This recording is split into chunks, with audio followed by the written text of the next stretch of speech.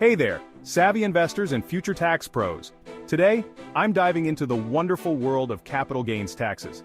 Whether you're selling stocks, property, or even that art collection you've been curating, understanding capital gains taxes is crucial so you're not caught off guard when tax season rolls around. So, what exactly are capital gains? A capital gain is the profit you make from selling an asset. That could be a stock, a rental property, a piece of art, or even cryptocurrency. If you buy something and sell it for more than you paid, that's a capital gain, and the IRS is eager to get a cut. But hold on, not all capital gains are taxed equally, and with the right strategy, you can reduce what you owe. There are two types of capital gains you need to be aware of, short-term and long-term. Let's dive into the difference. Short-term capital gains. If you sell an asset you've held for less than a year, any profit is taxed as ordinary income. That means it's subject to the same tax rates as your salary or business income, which could be as high as 37% depending on your tax bracket. If you've held the asset for more than a year, congratulations. That's what qualifies as a long-term capital gain, and you qualify for the more favorable long-term capital gains tax rate. Here are the 2024 long-term capital gains tax rates.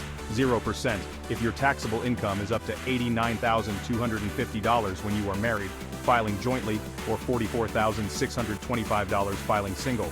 15% if your taxable income is between $89,251 and $553,850 when married, filing jointly, or $44,626 and $492,300 filing single.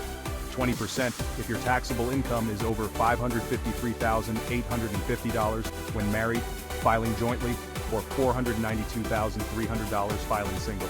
So if you're selling assets, holding on to them for over a year can save you a significant chunk of change. It's all about strategy, folks. Here's the catch. Losses have limits, gains do not. There are no limitations on gains, meaning if you make a huge profit, you'll owe taxes on all of it.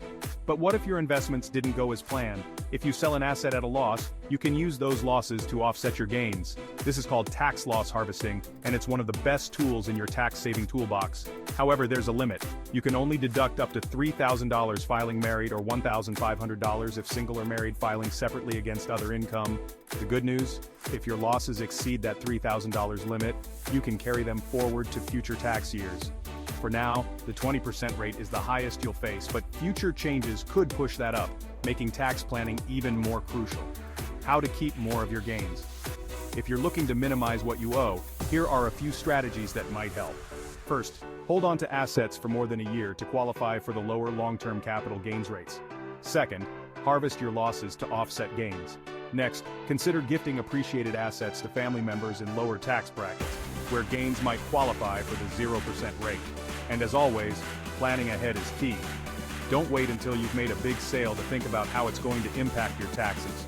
Time for a tax strategy tune-up? Keep your tax plan and strategy up to date. If you're thinking about selling assets or just want to make sure your tax plan is rock solid, reach out today. With the right strategy, you could save thousands, even tens of thousands, in capital gains taxes. Until next time, keep growing your wealth, and let's make sure the IRS gets as little of it as possible.